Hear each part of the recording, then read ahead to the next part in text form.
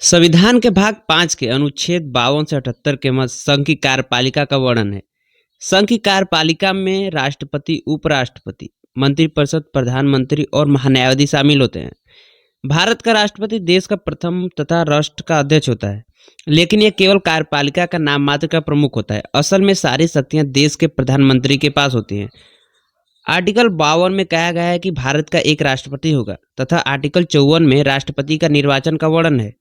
राष्ट्रपति के निर्वाचन जनता द्वारा प्रत्यक्ष रूप से नहीं किया जाता है, बल्कि एक निर्वाचक मंडल के सदस्यों द्वारा उनका निर्वाचन किया जाता है। आर्टिकल 54 में ही कहा गया है कि राष्ट्रपति के निर्वाचन में किनको मत देने का अधिकार होगा। संसद के दोनों सदनों के निर्वाचित सदस्य और राज्यों के विधानसभाओं के निर्वाचित सदस्य तथा दिल्ली एवं पुडुचेरी संघ क्षेत्र की विधानसभाओं के निर्वाचित सदस्य को मत देने का अधिकार है। यह प्रावधान मूल संविधान में नहीं था। 17वें संविधान संशोधन 1992 द्वारा इसे जोड़ा गया है। हम तो यह जान लिए कि किनको मत देने का अधिकार होता है। अब बात करते हैं किनको मत देने का अधिकार नहीं होता है। संसद के दोनों सदनों के मनोनीत सदस्य, इसका मतलब है कि जो लोग लोकसभा और राज्यसभा में मनोनयन के द्वारा जाते हैं वो मत नहीं दे सकते। और दूसरा है राज्य विधानसभाओं के मनोनीत सदस्य, राज्य विधान परिषद के सभी सदस्य। आप तो ये जानते ही होंगे कि भारत के सभी राज्यों में विधान परिषदें नहीं हैं। विधान परिषद केवल उत्तर प्रदेश, बिहार, महाराष्ट्र, कर्नाटक, आंध्र प्रदेश और तेलंगाना राज्यों में है। और अगला दिल्ली पुडुचेरी विधानसभाओं के मनोनीत सदस्य और सबसे इम्पोर्टेंट विघटित की गई विधायिका के सदस्य राष्ट्रपति के चुनाव में भाग नहीं ले सकते हैं। आर्टिकल 55 में राष्ट्रपति के निर्वाचन के रीति का वर्णन किया गया, अर्थात राष्ट्रपति कैसे चुना जाएगा। हम लोग तो ये जान लिए कि राष्ट्रपति को कौन चुनता है। अब हम ये जानेंगे कि राष्ट्रपति कैसे चुना जाता है। राष्ट्रपति का निर्वाचन अनुपातिक प्रतिनिधित्व पद्धति के अनुसार एकल संक्रमणीय मत द्वारा होगा और वही प्रत्याशी विजयी घोषित किया जाएगा जो न्यूनतम कुल मतों के आधे से अधिक मत प्राप्त करता है। राष्ट्रपति के निर्वाचन में सभी राज्यों के प्रतिनिधित्व को मापने में एकरूपता होगी। इसका मतलब है कि जैसे उत्तर प्रदेश में विधानसभा की सबसे ज्यादा सीटें हैं और गोवा, सिक्किम जैसे राज्यों में कम सीटें हैं, इनके मत समतुल्यता प्राप्त करने के लिए एक नियम बनाया गया है।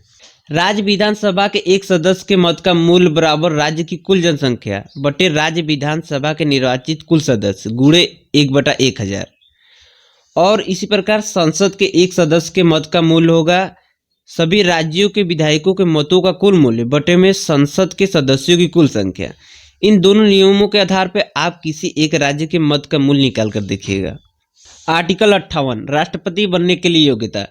कोई भी व्यक्ति राष्ट्रपति के निर्वाचन के लिए तभी योग्य होगा जब वह भारत का नागरिक हो। इस बात को याद रखिएगा, जन्म से नागरिक हो जरूरी नहीं है और 35 वर्ष की आयु पूरी कर चुका हो, लोकसभा का सदस्य निर्वाचित होने के लिए योग्य हो, भारत सरकार, राज्य सरकार या उसके नियंत्रण में लाभ का पद धारण न करता हो। ध्यान दीजिएगा, राष्ट्रपति, उपराष्ट्रपति, राज्यपाल या संघ एवं मंत्री के पद लाभ के पद नहीं समझे जाते हैं।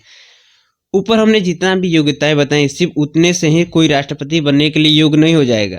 प्रत्येक प्रत्याशी को कुछ शर्तें पूरी करनी होती हैं, जैसे 50 प्रस्तावक, 50 समर्थक और 15,000 जमानत राशि देनी होती है। यदि किसी प्रत्याशी को जितने वैध मत पड़े हैं, अगर वो न्यूनतम 1/6 मत प्राप्त नहीं करता तो वो जमानत राशि उसे नहीं वापस दी जाती है। क्या आप जानते हैं कि प्रस्तावक, समर्थक एवं जमानत राशि का प्रावधान क्यों किया गया? ताकि अगंभीर प्रत्याशियों को चुनाव लड़ने से रोका जा सके। आर्टिकल 56 कार्यकाल।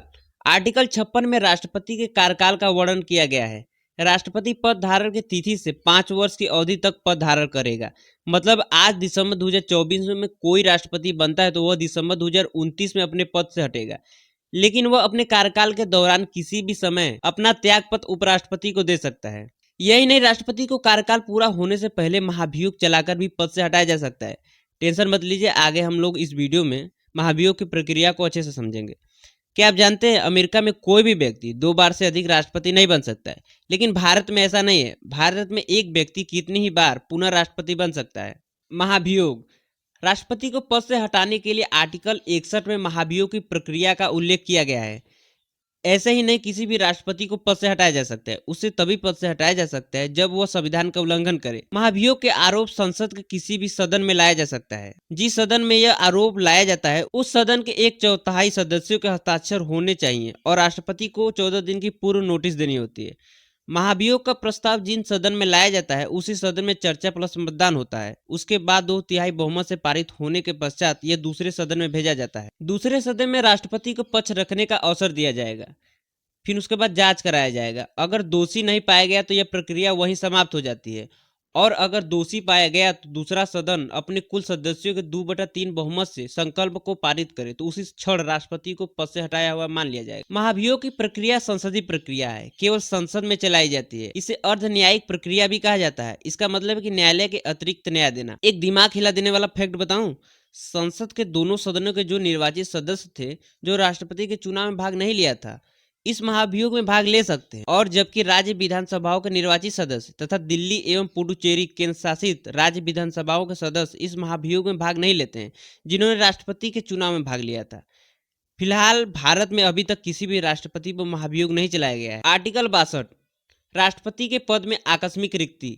इसका मतलब है कि नए राष्ट्रपति के लिए चुनाव वर्तमान राष्ट्रपति के कार्यकाल समाप्त होने से पूर्व 6 माह के भीतर करा लिया जाएगा, और यदि किसी कारणवश आकस्मिक रिक्ति हो तो पद रिक्ति की तारीख से 6 माह के भीतर चुनाव करा लिया जाएगा।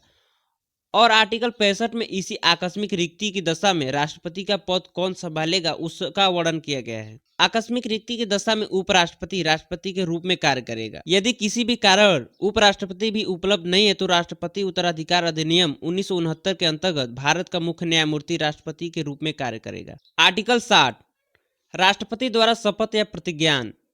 राष्ट्रपति पद ग्रहण से पहले उच्चतम न्यायालय के मुख्य न्यायमूर्ति के समक्ष या उनकी अनुपस्थिति में वरिष्ठतम न्यायाधीश के समक्ष शपथ ग्रहण करता है, जिसमें वह राष्ट्रपति के पद के कृत्यों का निर्वहन करने, संविधान और विधि का परिरक्षण, संरक्षण एवं प्रतिरक्षण तथा भारत की जनता की सेवा और कल्याण में निरंतर रहने का शपथ ग्रहण करता है। और अगला है आर्टिकल 59, राष्ट्रपति पद के लिए शर्तें।